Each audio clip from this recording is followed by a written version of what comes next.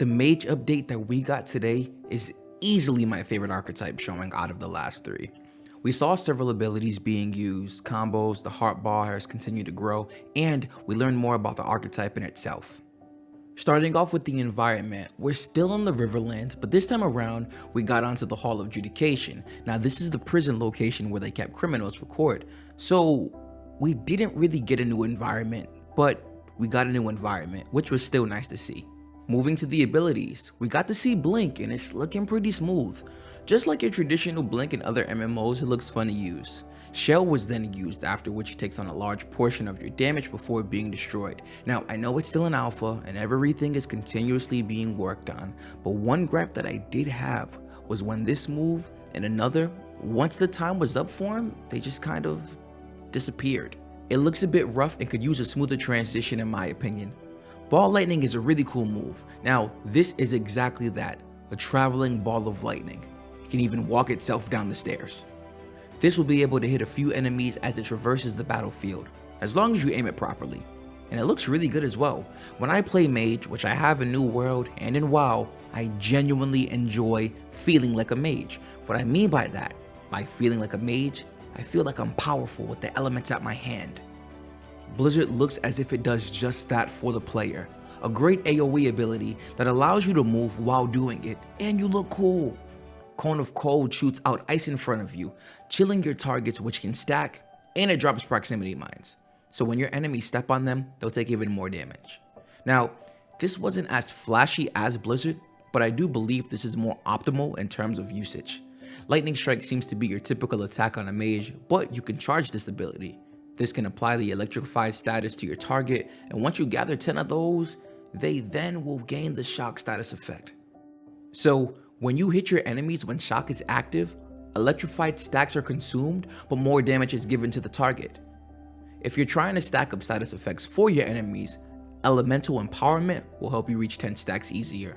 What this means is, if you're using Lightning Strike and proc 1 electrified status effect, you'll now need 9 more to reach the maximum amount. Lightning Strike is on a cooldown now though, so now you can use Elemental Empowerment and this will apply that same elemental power to your basic attack, which in this case was the wand.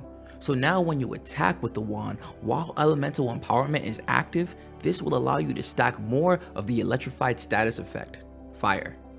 This was easily one of the coolest showings for this update, because later, this applied to a greatsword as well. So the mage was running around hitting mobs with an electric greatsword. There's going to be a lot of combinations that come out of this. Frostbolt was next. This applies 2 stacks of frost to your enemy. If you keep applying frost, the target will eventually become frozen, and if you follow up with an electric attack, that target will shatter. This is what I was just saying about being able to mix things up. We unfortunately didn't get to see any fire abilities today, but I'm sure we'll see some type of burn effect mixed with something else soon. Slumber puts your enemy to sleep. This will probably only work for lower level mobs like in most games. I don't see them allowing a low level move like this to work on bigger and beefier targets for obvious reasons. Chain Lightning is similar to Lightning Strike but can hit more mobs, so it's better suited for more crowded situations. Now, we saw something that is either going to be loved or hated by the community.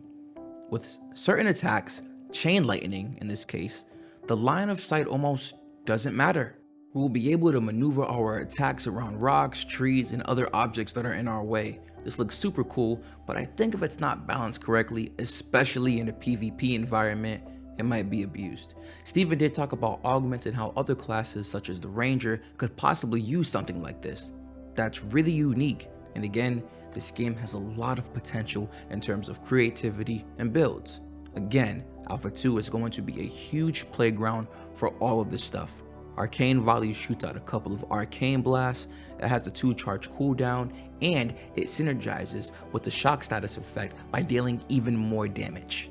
We then saw some of the combos being executed with the mage, which is exactly what you'd expect from a mage. I think the gameplay looks nice and the combat is really coming along.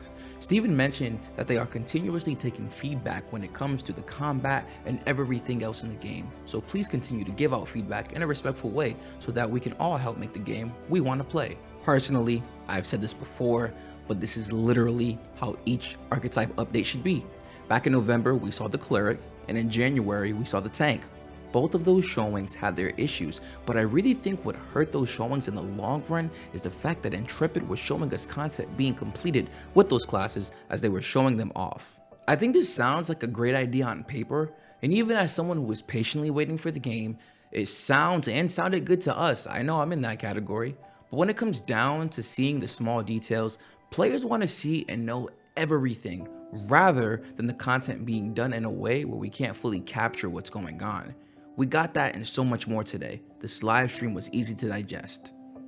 We got to see a gliding mount as well, which is something we haven't seen in a while, which is a nice surprise. Speaking of mounts, we learned that mounts will be able to acquire up to 4 abilities. These can range from speed, defensive, and offensive. I'm excited for this, especially because this really amplifies the creative aspect of how you want to play the game. Lots of combinations to be had here. Steven also talked about mana management. We all know that this is a huge thing, especially with mages, because most people don't want to feel like they have overflowing mana, because then it'd just be useless. What this boiled down to was that there are several different ways to regen mana, and you'll have to be very careful when in rotation with your abilities.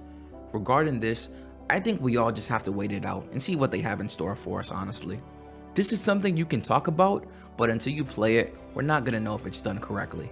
I don't think I hear this enough in this community, but this update looks super fun. The mage looks fun, like genuinely fun to play.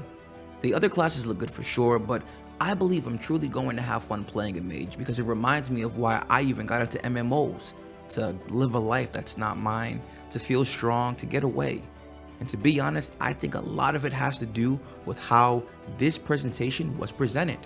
We know Intrepid cares when it comes to news about Ashes of Creation, but even now, they continue to listen, which reassures me of their position and where they want to take the game. What did you like or didn't like about the Mage update? Please let me know in the comment section below. If you haven't created an Ashes of Creation account yet and need a referral code, feel free to use mine in the description below. If you're looking for a Discord to hop in, feel free to join ours. We're really cool here. And feel free to follow me on Twitter and Twitch where I stream the live monthly updates like I just did with this one. All right, and keep up with me. I'll talk to you guys soon. Take care.